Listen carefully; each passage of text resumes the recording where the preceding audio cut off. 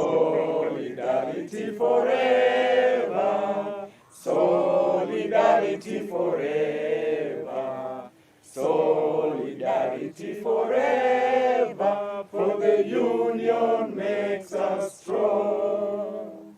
When you look at Parliament, as at now, all members of Parliament, it is their constituents who are affected. It is their constituents who are sick and tired of what is happening.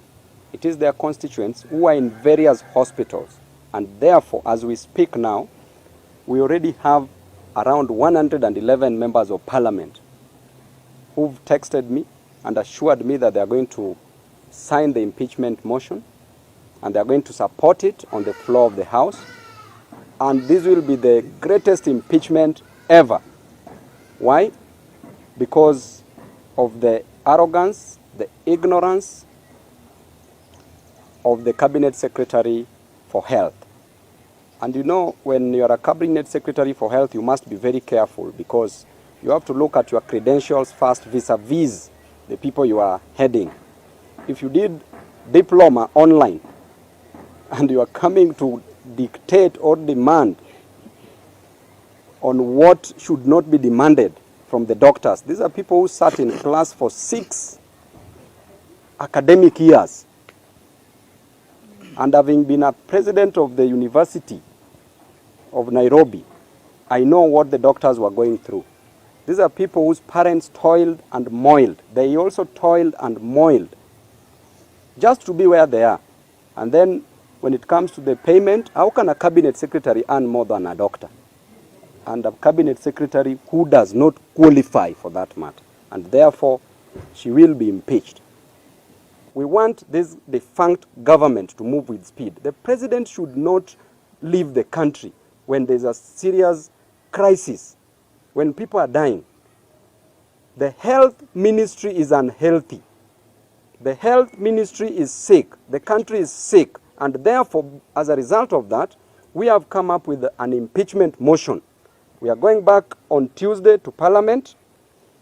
And this is the letter that we've sent to the clerk of the National Assembly so far on an impeachment motion that we want to impeach the Cabinet Secretary for Health, Nakhumicha, and we want her to continue staying at the funerals where she's enjoying staying instead of meeting the doctors and doing her job.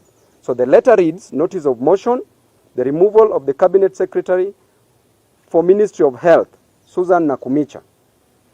Pursuant to Article 152(6) of the Constitution, as read with Standing Order 66, I wish to notify you of the intention to move a special motion for removal of the Cabinet Secretary for Health from office on 2 grounds, namely, number 1, gross violation of Articles 26(1) and 43(1)(a) of the Constitution, which provides for the right to the highest attainable standard of health respectively, and 2, incompetence.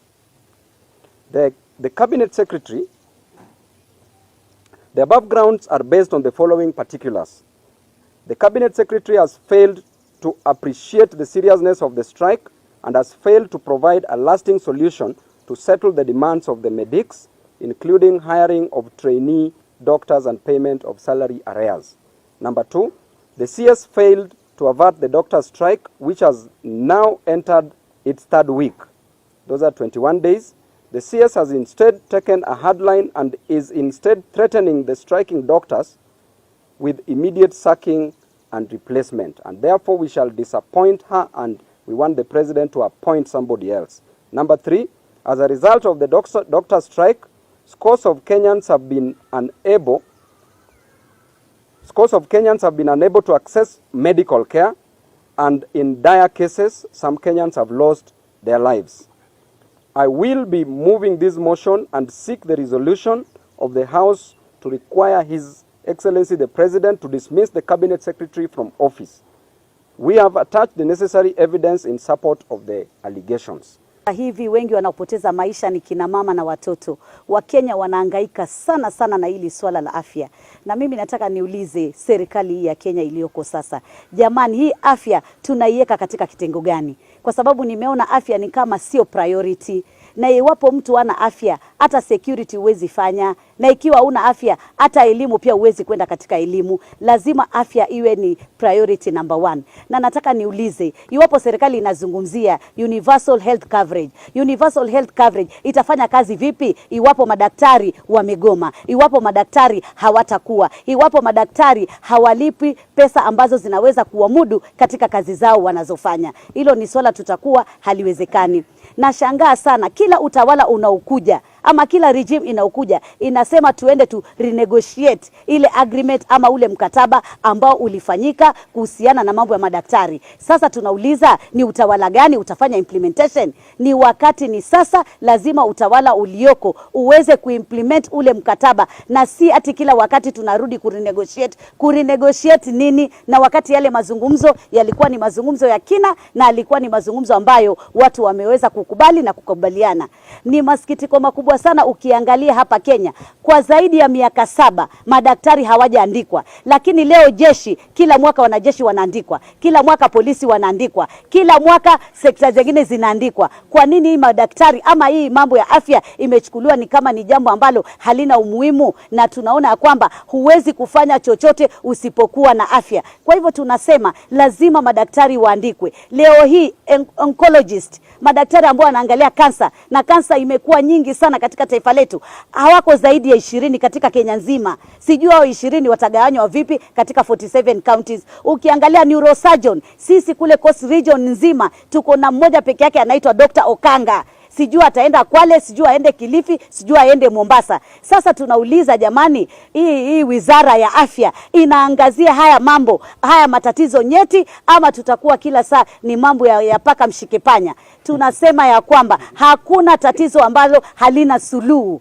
na hakuna jambo ambalo ni jambo zito. Tunaona pesa nyingi zinatumika kiolela, pesa nyingi zinatumika kwa mambo madogo madogo, ati hospitality sijui kumetumika mamilioni mangapi, ati sijui travels kumetumika mamilioni mangapi, na jambo la afya linawekwa nyuma. Jambo la afya ambalo ni jambo ambalo ndo litasimamisha nchi ama litaangusha nchi, kwa sababu bila afya, hata mimi ningekuwa sina afya leo nisingeweza kusimama hapa na niongee, hata watu wa media wasingeweza kufika hapa, hata rais asingeweza kusafiri kuenda zile nchi zote anaenda kama hana afya. Kwa hivyo mtu anaitwa daktari ni mtu muhimu sana. Huwezi kusema daktari ati intern doctor analipwa net ya 20,000 ama 22. Jamani, seriously? Hata wale wafagiaji pale Mombasa County najua wale wanalipwa 80-60,000 ambayo hiyo ni kwa kama net yao. Na leo daktari na kusoma zaidi ya miaka 7 na mambo yote unaambiwa ati hiyo net yako ati intern utapata 20,000. Seriously? Lazima tuangalie hii maneno, na lazima ukweli ukubalike, na lazima tufanye maneno kwa haraka.